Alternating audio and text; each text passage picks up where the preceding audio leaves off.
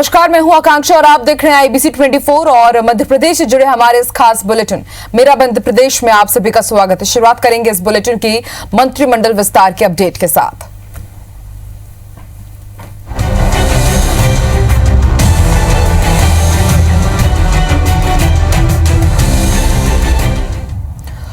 बड़ी खबर आपको बता दें, मध्य प्रदेश में मंत्रिमंडल विस्तार अब टल सकता है। बताया जा रहा है कि अब 1 जुलाई को मंत्रिमंडल विस्तार की संभावना है।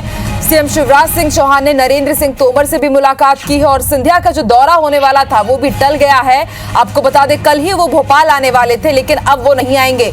सीएम शिवराज सिंह चौहान आज दिल्ली में ही रुकने वाले हैं, कल भोपाल लौटेंगे सीएम शिवराज सिंह चौहान और बीजेपी के प्रदेश अध्यक्ष वीडी शर्मा भी। तो बड़ी खबर आपको बता रहे हैं, माना यही जा रहा था कि कल शायद मंत्रिमंडल का विस्तार हो सकता है लेकिन मंत्रिमंडल विस्तार टल गया है। माना अब ये जा रहा है कि शायद 1 जुलाई को मंत्रिमंडल विस्तार की संभावना है। सीएम शिवराज सिंह चौहान ने ज्योतिरादित्य सिंधिया से मुलाकात की, नरेंद्र सिंह तोमर से मुलाकात की, इसके साथ ही प्रधानमंत्री नरेंद्र मोदी से भी उन्होंने मुलाकात की है। और इसके साथ ही एक अपडेट ये भी आपको दे दें कि कल ज्योतिरादित्य सिंधिया भोपाल आने वाले थे लेकिन उनका कल का भी दौरा टल गया है। वहीं सीएम शिवराज सिंह चौहान आज दिल्ली में ही रुकेंगे और कल वो और वीडी शर्मा दोनों ही भोपाल लौटेंगे। तो एक बड़ी अपडेट आपको बता रहे हैं, मंत्रिमंडल विस्तार टल सकता है। संभावना ये जताई जा रही कि शायद अब कल की जगह 1 जुलाई को मंत्रिमंडल विस्तार हो। आपको बता दें, आज दिल्ली में मुलाकात का दौर दिन भर चला है। ज्योतिरादित्य सिंधिया से मुलाकात हुई सीएम शिवराज सिंह चौहान की, उसके बाद प्रधानमंत्री नरेंद्र मोदी से भी उनकी मुलाकात हुई है। तो लगातार सबको इसी बात का इंतजार है कि आखिर मंत्रिमंडल 2.0 का विस्तार कब होगा, कैबिनेट एक्सपेंशन कब होगा।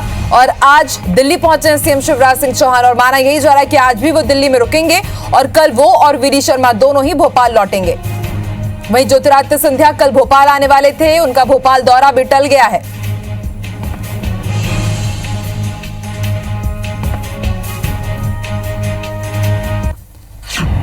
तो बड़ी खबर आपको बता रहे हैं, 1 जुलाई को मंत्रिमंडल विस्तार की अब संभावना जताई जा रही है। पहले ये खबर थी, पहले ये अपडेट था कि कल ही मंत्रिमंडल विस्तार हो सकता है लेकिन अब माना यह जा रहा है कि शायद 1 जुलाई को मंत्रिमंडल विस्तार होगा।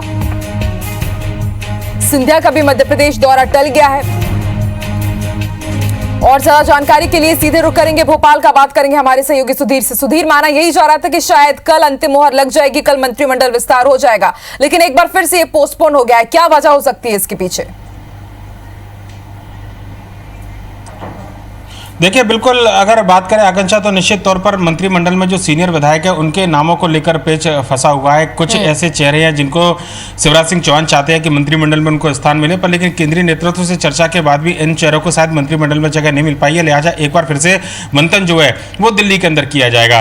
केंद्रीय मंत्री नरेंद्र सिंह तोमर से प्रधानमंत्री नरेंद्र मोदी से मुलाकात के बाद में शिवराज सिंह चौहान की चर्चा हुई और उसके बाद में दिन भर का जो अपडेट था, शायद इन नेताओं के बीच में सहमति बनी है कि एक बार फिर से मंत्रिमंडल को लेकर आखिरी मशक्कत की जानी चाहिए। लिहाजा मंत्रिमंडल के विस्तार के जो आखिरी मशक्कत है वो दिल्ली के अंदर की जाएगी और उसमें कौन कौन नेता शामिल होंगे ये तो देखना होगा। पर लेकिन फिलहाल अगर बात की है तो नरेंद्र सिंह तोमर, शिवराज सिंह चौहान, वीडी शर्मा, नरोत्तम मिश्रा, सुभाष भगत, ये वो चेहरे हैं जो मध्य प्रदेश के अंदर बीजेपी का इस समय चेहरा माने जाते हैं। लिहाजा इन सबके बीच में मंथन किया जाएगा और एक बार माना जा रहा है कि शायद अगर सहमति बनती है तो केंद्रीय नेतृत्व के बाद में एक बार फिर से अंतिम जो मुहर है वो लगवाई जाएगी। और सबसे बड़ा अपडेट अपने दर्शकों को ये बताएं कि ज्योतिरादित्य सिंधिया कल 2 दिवसीय दौरे पर मध्य प्रदेश आने वाले थे, उनका दौरा कैंसिल हुआ है, यानी कि कल ज्योतिरादित्य सिंधिया मध्य प्रदेश नहीं आएंगे। ऐसे में अब वो मध्य प्रदेश में कब आएंगे ये भी कल ही पता लगेगा। हो सकता है कि 1 जुलाई को वो मध्य प्रदेश आए। दूसरा अपडेट अपने दर्शकों को बताएं कि जो प्रभारी राज्यपाल है आनंदीबेन पटेल, उनके अब तक भोपाल आने की सूचना राजभवन को नहीं मिल पाई है।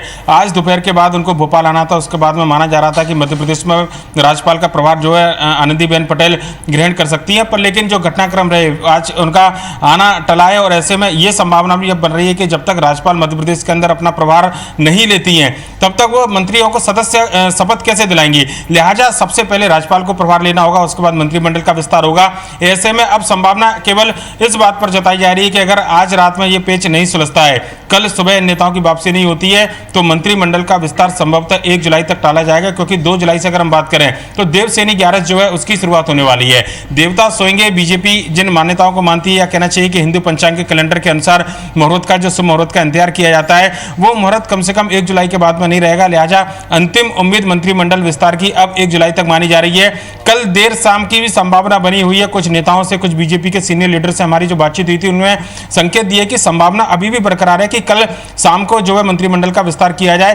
पेच किसी तरीके का फंसा इस बात से इनकार जरूर किया, पर लेकिन जो आखिरी वक्त की मशक्कत है ये बिल्कुल साफ बयां करती है कि आखिरी वक्त तक नेताओं की नाराजगी, शायद सीनियर नेताओं की नाराजगी बीजेपी जोखिम मोल नहीं लेना चाहती है, या फिर कहना होगा कि जिन नामों को लेकर पेच फंसा हुआ था उन नामों को लेकर अंतिम बार जो है मंथन बीजेपी में फिर से किया जाएगा। लिहाजा जो दिल्ली दौरे पर मुख्यमंत्री शिवराज सिंह चौहान है, आज वो दिल्ली दौरे पर ही रात्रि विश्राम करेंगे। वीडी शर्मा प्रदेश अध्यक्ष रात में दिल्ली रुकेंगे और माना जा रहा है कि अंतिम दौर की चर्चा जो है एक बार इन नेताओं के बीच में दिल्ली में होगी और उसके बाद में केंद्रीय नेतृत्व से मोहर लगवाने के बाद में कल ये नेता भोपाल आएंगे और उसके बाद में मंत्रिमंडल का विस्तार किया जाएगा। आकांक्षा, सुधीर, आपसे ये भी समझना चाहेंगे कि अभी बार बार मंत्रिमंडल विस्तार की डेट है उनको पोस्टपोन किया जा रहा है और इससे कहीं ना कहीं यही समझ में आ रहा है कि कितनी परेशानी में है बीजेपी कि अपने नेताओं को, वो मंत्रियों को वो तय नहीं कर पा रही। आपको नहीं लगता कि एक बार विस्तार हो जाएगा तो उसके बाद और भी इसी तरह की मुसीबतों को सामना करना पड़ेगा? कैसे सेटिस्फाई करेगी बीजेपी? और एक सवाल ये भी कि क्या मेन मुद्दा यही है कि प्रभारी राज्यपाल ने अपना कार्यभार नहीं संभाला है, यही कि या फिर नेताओं को ही सेटिस्फाई करने का सबसे बड़ा एक परेशानी हो सकती है बीजेपी के सामने? देखिए, प्रभारी राज्यपाल जो महज एक औपचारिकता है, केवल पदभार ग्रहण करना और उसके बाद में मंत्रिमंडल का शपथ दिलाना। सबसे बड़ी मुश्किल बीजेपी के अपने अंदर खेमे में मची हुई है। जिन बातों को लेकर कहा जा रहा है कि शायद विभाग के बंटवारों को लेकर या फिर मंत्री पद में जो चेहरे शामिल किए जा रहे हैं और जिन चेहरों को बाहर रखा जा रहा था उन नामों को लेकर मतभेद जो है बीजेपी के नेताओं में है। कई ऐसे सीनियर नेता हैं जो इस बार मंत्रिमंडल से बाहर रह सकते हैं और दिल्ली तक की जो आजमाइश के बाद भी इन नेताओं को मंत्रिमंडल में स्थान नहीं मिला। लिहाजा एक बार कोशिश जो है वो फिर से की जा रही है और संभावना इस बात की भी जताई जा रही है कि विभागों का बंटवारा जिन मंत्रियों बीच में होना है। खासकर अगर बात करें तो मध्य प्रदेश के अंदर बीजेपी चाहे कितना भी दावा करे पर लेकिन पावर सेंटर के रूप में ज्योतिरादित्य सिंधिया दूसरा विकल्प बीजेपी के अंदर रहेंगे। लिहाजा उनके मंत्रियों को जो विभाग मिलेगा उसमें बीजेपी के दूसरे नेताओं का दखल काफी ज्यादा कम देखने को मिलेगा। ऐसे में उन मंत्रियों को जो ज्योतिरादित्य सिंधिया के खेमे से शपथ लेंगे उनको विभागों का बंटवारा क्या किया जाए, इस बारे में भी अंतिम दौर की मशक्कत की जानी है। ज्योतिरादित्य सिंधिया का दौरा टलना ऐसी तारतम्य जोड़कर देखा जा रहा है, क्योंकि पहले यह माना जा रहा था कि ज्योतिरादित्य सिंधिया के पास कोई पद नहीं है, लिहाजा अपने कार्यकर्ताओं के बीच में वो कैसे आएंगे। फिर कोरोना का संक्रमण का शिकार ज्योतिरादित्य सिंधिया हो गए। अब जब वो राज्यसभा के सांसद बन चुके हैं और ये माना जा रहा था कि मंत्रिमंडल में अपने जो उनके फॉलोअर है, जो उनके साथ में कांग्रेस छोड़ बीजेपी में गए हैं, ऐसे में उनके शपथ ग्रहण समारोह में ज्योतिरादित्य सिंधिया शामिल हो सकते हैं और 2 दिन के उनके दौरा की जो सूचना थी वो उनके कार्यकर्ताओं के पास पहुंची थी। आज शाम को अचानक ये सूचना आती है कि ज्योतिरादित्य सिंधिया भी अब भोपाल नहीं आ रहे हैं। ऐसे में हो सकता है कि मंत्रिमंडल के नाम को लेकर पेच अभी भी फंसा हो। बीजेपी के नेता भले ही इनकार कर रहे हो कि कोई पेच नहीं है, पर लेकिन कई ऐसे बड़े चेहरे जिनको मंत्रिमंडल में शामिल होना चाहिए, ये शायद बीजेपी के नेताओं को या फिर लगता है कि सीएम शिवराज को लगता है कि उनको होना चाहिए, उनका नाम शामिल नहीं हो पाया है। ऐसे में पेच को सुलझाने के लिए एक बार आखिरी दौर की बैठक जो है आज रात होगी और उसके बाद में ये नेता कल जो है भोपाल आएंगे। चूंकि देवसैनी 11, जैसा कि मैंने पहले भी बताया कि पंचांग को बीजेपी अपने शुभ कार्यों में लेकर चलती है, लिहाजा उसके बाद में मलमास जो है प्रारंभ होगा और उससे पहले बीजेपी ये चाहती है कि मंत्रिमंडल का विस्तार कर लिया जाए, पर लेकिन नेताओं की सहमति जब बनेगी ये विस्तार तभी होगा। और अब संभावना इस बात की जताई जा रही है कि अगर कल सुबह तक सब कुछ ठीक नहीं होता है तो 1 जुलाई को मंत्रिमंडल के विस्तार की नई तारीख जो है उसकी संभावना ज्यादा जताई जा रही है। बिल्कुल सुधीर, तारीख पर तारीख मिल रही है मंत्रिमंडल विस्तार को लेकर के, जिसे देख करके यही लगता है कि मंत्रिमंडल विस्तार इतना आसान नहीं है। माना यही जा रहा था और नजर भी वही आ रहा है। शुक्रिया पूरी जानकारी के लिए सुधीर आपका।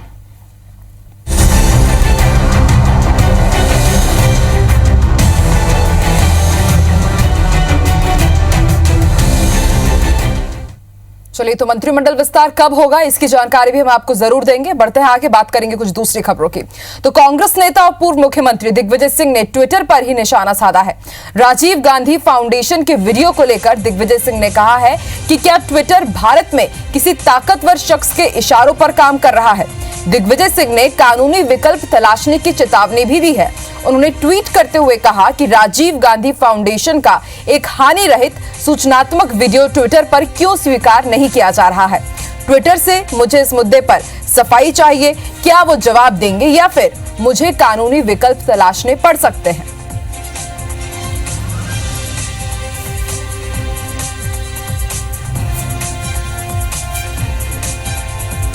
तो वहीं कांग्रेस के सीनियर लीडर और राज्यसभा सांसद दिग्विजय सिंह ने एक और ट्वीट किया है और मध्य प्रदेश बीजेपी की आईटी सेल के संयोजक शिवराज सिंह डाभी को अमेरिकी एजेंसी एफबीआई की ओर से घोषित भगोड़ा और मोस्ट वांटेड बताते हुए ट्विटर पर तीखा हमला बोला। दिग्विजय सिंह ने शिवराज डाभी का जिक्र करते हुए कहा है कि एफबीआई ने शिवराज डाभी नाम के व्यक्ति को भगोड़ा और मोस्ट वांटेड घोषित किया, जिसे बाद में सरकारी विभाग मैप आईटी में नौकरी और बाद में बीजेपी आईटी सेल का संयोजक बनाया गया। दिग्विजय सिंह ने डाभी को लेकर सीएम शिवराज और प्रदेश अध्यक्ष वीडी शर्मा से सफाई मांगी। उन्होंने ट्वीट किया कि ये वही शिवराज डाभी है, तो क्या मोदी जी यूएस को इसे सौंपेंगे? कमलनाथ सरकार में राज्य मंत्री का दर्जा प्राप्त वैराग्य नंदगिरी यानी कि मिर्ची बाबा इन दिनों सीएम शिवराज सिंह चौहान से बेहद नाराज चल रहे हैं। नाराजगी की वजह यह है कि उनके 6 अंगरक्षक छीन लिए गए हैं। मिर्ची बाबा ने आरोप लगाया कि वो शिवराज सरकार के घोटालों को उजागर कर रहे हैं, इसलिए उनके सुरक्षा कर्मी छीन लिए गए हैं। मिर्ची बाबा ने यहां तक कहा कि अगर उनकी जान जाती है तो उसकी जांच सीबीआई से कराई जाए। मिर्ची बाबा ने उपचुनाव को लेकर कहा कि मध्य प्रदेश की 24 सीटों पर होने वाले उपचुनाव में 10,000 साधु संत फील्ड में उतरेंगे, जो शिवराज सिंह चौहान के खिलाफ जमकर प्रचार प्रसार करेंगे। मध्य प्रदेश में कांग्रेस सरकार में मुझे 4 अंगरक्षक दिए थे, बिगर बताए इन्होंने रातों रात मेरे अंगरक्षक ले लिए। इसका मतलब शिवराज सिंह चौहान मेरी हत्या की साजिश रच रहे हैं और मेरी कहीं भी हत्या होती है तो इसके मुख्य आरोपी शिवराज सिंह चौहान को बनाया जाए और सीबीआई जांच करवाई जाए। बीजेपी से कांग्रेस में आई भिंड की पूर्व जनपद पंचायत अध्यक्ष संजू जाटव ने अटेर से बीजेपी विधायक अरविंद भदौरिया पर आरोप लगाए हैं। संजू का आरोप है कि जब वो कांग्रेस ज्वाइन कर रही थी तब से लेकर अब तक अरविंद भदौरिया उन्हें मिलने के लिए लगातार फोन लगा रहे हैं, लेकिन दूसरी तरफ वो मुझे बुझी हुई ट्यूबलाइट भी कहते हैं, तो फिर फोन क्यों लगा रहे हैं? संजू ने कहा जब वो बीजेपी में थी तो उन्होंने बीजेपी के लिए तन मन और धन से काम किया, लेकिन शिवराज सरकार ने उनकी सुध लेना छोड़ दिया। 2 साल तक पार्टी के कार्यक्रमों में नहीं बुलाया। साथ ही उनके पति गजराज जाटव पर झूठे मुकदमे दर्ज करवा दिए गए, लेकिन अब वो सच्ची लगन और सेवा के लिए कांग्रेस में आई हैं। पार्टी गोहद से टिकट देगी तो ठीक है, नहीं तो वो पार्टी के लिए काम करती रहेंगी। जनता से वोट मांगे थे ना, उनसे थोड़ी ना वोट मांगे थे जिनके पीछे लगे हुए हैं। ठीक है, वो मंत्री पद के लालच में होंगे इसलिए, या कहीं ना कहीं उनको कुछ ऐसी रकम दी गई होगी, मोटी रकम, शायद इसीलिए उन्होंने उस तरफ ज्वाइन कर लिया। उन्होंने ये कहा है कि फ्यूज़ बल्ब है। मैं ये कहना चाहती हूँ, अगर मैं फ्यूज़ बल्ब हूँ तो मैंने जिस दिन ज्वाइनिंग की उस दिन आपने मुझे क्यों याद किया, मुझे कॉल क्यों लगाया और मुझे मिलने के लिए क्यों कहा? कुख्यात माफिया जितेंद्र उर्फ जीतू सोनी को रिमांड पर लेने के बाद पुलिस ने उसे इंदौर के महिला थाने में रखा है। थानों को चारों तरफ बैरिकेडिंग कर दी गई है और उसकी सुरक्षा बढ़ा दी गई है। दरअसल पलासिया थाना संबंधित क्षेत्र से ही उसके विरुद्ध केस है। अगले 5 दिनों तक महिला थाने से संबंधित शिकायतों की सुनवाई और जांच पलासिया थाने में ही की जाएगी। महिला थाने को चारों तरफ से सिक्योर कर लिया गया है। देर रात तक आईजी विवेक शर्मा और डीआईजी ने जीतू सोनी से पूछताछ की। फरारी के दौरान पिछले 6 महीनों में जीतू सोनी कहां रहा और किस किस ने उसका साथ दिया, इसकी जानकारी जुटाई जा रही है। पुलिस के मुताबिक जीतू सोनी विदेश भागने के फिराक में था, लेकिन इंदौर पुलिस ने उसका लुकआउट नोटिस जारी किया था, इसलिए वो देश छोड़कर नहीं भाग पाया। इस बात पर पुलिस का कहना है कि पिछले दिनों 6 महीने के दौरान किन किन लोगों ने मदद की, कहां पे ये पूरी टीम जो भी इसमें आरोपित है वो कहां छिपते रहे, इन जगहों में पुलिस ने की है। इसमें महाराष्ट्र और गुजरात के लगभग 3-4 जगहों के बारे में पुलिस को जानकारी मिली है। अभी कई थानों में अलग अलग केसेज हैं, तो बाद में थानों को परिवर्तित भी किया जाएगा। जिन थानों से संबंधित केसेज होंगे उसके बारे में पूछताछ की जा रही है, इसलिए उस थाने में रखा गया है। 7 महीने से फरार मोस्ट वांटेड अपराधी जीतू सोनी को इंदौर क्राइम ब्रांच ने गिरफ्तार करने के बाद अब इस पर कांग्रेस सवाल खड़े कर रही है। कांग्रेस नेता नरेंद्र सलूजा के बाद अब पूर्व मंत्री पीसी शर्मा ने जीतू सोनी की गिरफ्तारी पर सरकार से श्वेत पत्र जारी करने की मांग की है। वहीं कुछ दिनों पहले हुई कैलाश विजयवर्गीय और गृह मंत्री नरोत्तम मिश्रा की मुलाकात पर भी सवाल खड़े किए गए हैं। पीसी शर्मा के बयान पर बीजेपी प्रवक्ता उमेश शर्मा ने कहा कि हर बात में कांग्रेस का प्रलाप आम हो गया है। कांग्रेस को तो आईजी डीआईजी को धन्यवाद देना चाहिए कि उनकी लगातार छानबीन का ही नतीजा है कि जीतू की गिरफ्तारी हुई है। साठगांठ का कोई आधार ही नहीं है। उमेश शर्मा ने कहा कि जीतू सोनी को रिमांड पर लिया गया है। पूछताछ के बाद अब चार्जशीट को और भी मजबूत किया जाएगा। मुझे लग रहा है कि कांग्रेस पार्टी के मित्रों के स्वभाव में प्रलाप करना शामिल हो गया है। इस बात के लिए तो मुझे लगता है कि पुलिस प्रशासन को धन्यवाद देना चाहिए। कोई भी अपराधी बख्शा नहीं जाएगा। अपराधियों को गिरफ्त में लिया गया है, रिमांड पर लाया गया है। अब रिमांड के बाद पुलिस जो है वो सारे साक्ष्य जुटाकर मुझे लग रहा है कि बहुत मजबूत चालान डायरियां प्रस्तुत करेगी और सारे अपराधी दंडित हो, इस बात का प्रयास किया जाएगा। बड़ी खबर रतलाम से मिल रही है। प्रताड़ना की दिल दहलाने वाली तस्वीर सामने आई है। पति पर जूते से मारने और गर्म चिमटे से दागने का आरोप लगा है। चरित्र शंका और दहेज प्रताड़ना के चलते पीटने का आरोप लगाया गया है। आरोपी ने पत्नी को पीटते हुए पत्नी के भाई को वीडियो कॉल भी की है और राजस्थान के भीलवाड़ा में शादी हुई थी और पत्नी के भाई ने राजस्थान पुलिस से गुहार लगाई है।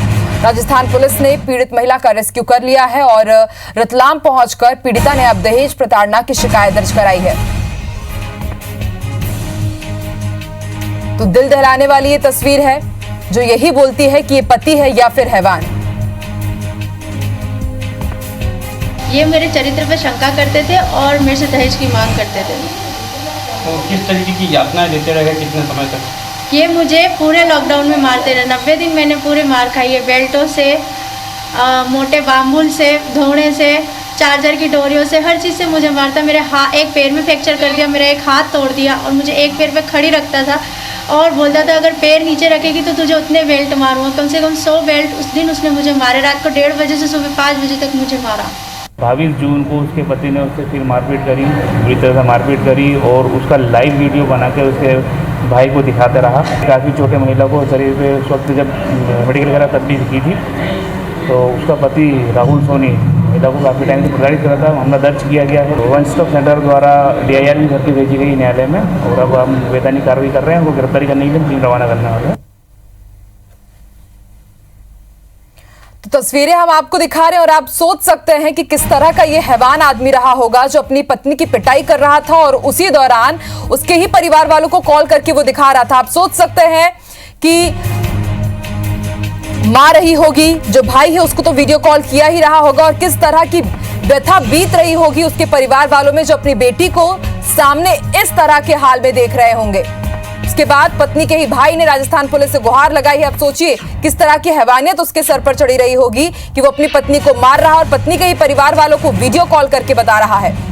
तो प्रताड़ना की दिल दहलाने वाली तस्वीरें हम आपको दिखा रहे हैं। राजस्थान पुलिस ने पीड़ित महिला को रेस्क्यू कर दिया है और आज केस भी दर्ज किया गया है उस हैवान पति के ऊपर। और ज्यादा जानकारी के लिए बात करेंगे हमारे सहयोगी लालचंद राठौर से। लालचंद, ये की बहुत भयावह तस्वीर सामने आई है रतलाम से, क्या है ये पूरा मामला और क्या कुछ कार्रवाई हुई है अभी तक? जी हाँ, बिल्कुल, मैं आपको बता दूं कि जो रतलाम की रहने वाली पीड़िता थी जिसका नाम मीनाक्षी बताया जा रहा है, यह भीलवाड़ा के शाहपुरा ज्योति नगर इलाके में इसकी शादी हुई थी। 2017 में इसकी शादी हुई थी। राहुल सोनी नामक व्यक्ति से शादी हुई थी, जो कि पिटाई का पूरा मामला शुरू से ही चलता आ रहा है। शादी के कुछ दिनों के बाद ही दहेज के चलते इस पीड़ित महिला की पिटाई की जा रही थी।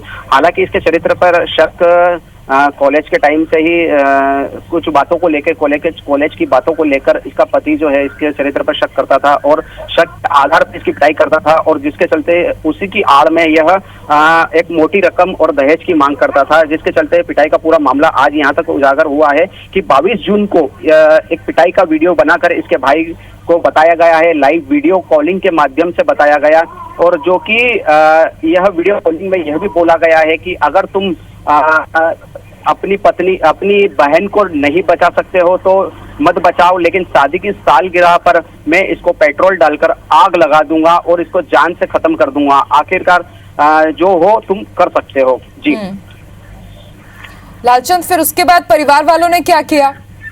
जैसे ही वीडियो पीड़ित महिला के परिवार वालों के हाथ में लगा और महिला हेल्पलाइन के माध्यम से जयपुर को यह वीडियो कॉलिंग भेजी गई और जयपुर के माध्यम से भीलवाड़ा पुलिस को यह वीडियो पहुंचाया गया और पुलिस ने महिला जो है पीड़ित महिला जो है उसके घर पर पूरे दल बल के साथ में मौके पर पहुंची और वहां पर भी जो पीड़ित महिला का जो पति है वह उस महिला को बंद कमरे में पैक कर दिया और चाकू की नोक पर महिला को अंदर कमरे में डराता धमकाता रहा और यह कहा गया है कि अगर तुम बाहर निकली तो मैं तुम्हें मार दूंगा, जिसके तहत ठीक है लालचंद, आप हमारे साथ बने रहिए। हमारे साथ इस वक्त रतलाम TI अयूब खान भी जुड़े हुए। अयूब जी, बहुत बहुत स्वागत है आपका।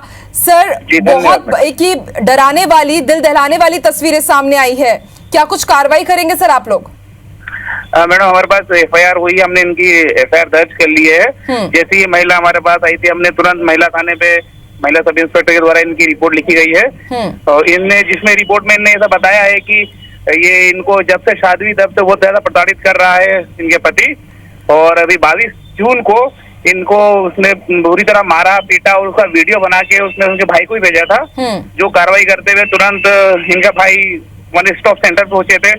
वन स्टॉप सेंटर से वहाँ संपर्क किया गया भीलवाड़ा में, जहाँ इनका ससुराल है। वहाँ से भी वन स्टॉप सेंटर भीलवाड़ा ने संबंधित थाने को बताया। फिर इनको पुलिस में जाके रेस्क्यू हुआ उनके घर से। बता रहे हैं कि वह पुलिस ने जो दरवाजा नहीं खोलने पे कटर से काट के इनको निकाला था बाहर। फिर ये महिला हमारे थाने पे आई थी, हमने तत्काल इनकी एफआईआर करी, मेडिकल कराया। काफी सारे घाव इनके शरीर पे उस वक्त भी थे और हमने इनकी रिपोर्ट लिख ली है और हम जल्द ही टीम भेज के उनको गिरफ्तार करेंगे। अयूब जी, एक प्रश्न ये भी कि पूरा मतलब ये जहाँ पर ये सब चीजें हुई है वो राजस्थान के एरिया में आता है, तो ऐसे में आप लोगों की तरफ से भी क्या कठोर से कठोर धाराओं में आप सजा दिलाने की कोशिश करेंगे? बिल्कुल बिल्कुल मैडम, हम पूरा इंसाफ दिलाने की कोशिश करेंगे। उनको हम जो भी संबंधित धाराएं हैं जिनमें ये प्रकरण बनता है उन्हें सभी धाराएं शुरू में ही लगा दी एफआईआर में और हम उनको गिरफ्तार करेंगे। सभी जमानती धाराएं हैं, उसमें उनकी जमानत भी नहीं हो पाएगी। सर अभी कैसी है वो लेडी जिनकी हम तस्वीरें देख रहे हैं, वो अभी कैसी है? अभी वो ठीक है? जी अभी ठीक है, थोड़ी मतलब मानसिक स्थिति उनकी थोड़ी बहुत ज्यादा डिस्टर्ब थी वो। हमने उनको काफी काउंसलिंग भी कराई है और पूरा फैमिलियर करा है, उनकी फैमिली के साथ में उनको सपोर्ट के लिए रखा है और काफी उनसे अच्छी बातचीत की जा रही है कि उन्हें थोड़ा अच्छा लगे, सिक्योर फील हो। काफी घबराई भी थी जब वो हमारे पास में आई थी, लेकिन अब वो काफी सिक्योर फील कर रही है, अपने परिवार के साथ में है, सेफ है। अयूब जी, आपको कब इस बात की जानकारी मिली है? वीडियो कब का है? आप लोगों ने कब कार्रवाई की? मैम हमारे पास ये लोग 25 जून को आए थे और हमने तत्काल इस पे एक्शन लेते हुए तुरंत एफआईआर करी है। और एफआईआर के बाद हमने इनके वीडियो उन्हें अगले दिन दिखाए थे। वीडियो हमको दिखाई भी नहीं था, हमने तो जिनकी केवल हालत देखी थी और इनके बयान हमने लिए थे जिसमें उनने स्पष्ट जो बताई बातें वो स्पष्ट दिख रही थी। तो हमने तुरंत इस पे एफआईआर करी और तुरंत कार्रवाई करी। बाद में इनके भाई ने हमको वीडियो भी दिखाया कि जो हमने अपराध में संलग्न किया है, जिन्हें हम एक ठोस सबूत के तौर पे कोर्ट में पेश करेंगे। बिल्कुल सर, हम यही उम्मीद करते हैं कि सख्त से सख्त सजा दिलाई जाए इस तरह के हैवान को। बहुत बहुत शुक्रिया हमारे साथ जुड़ने के लिए। लालचंद, आपका भी बहुत बहुत शुक्रिया हमारे साथ जुड़ने के लिए, पूरी जानकारी के लिए। और इसी के साथ इस बुलेटिन में इतना ही। आप देखते रहिए IBC 24। नमस्कार।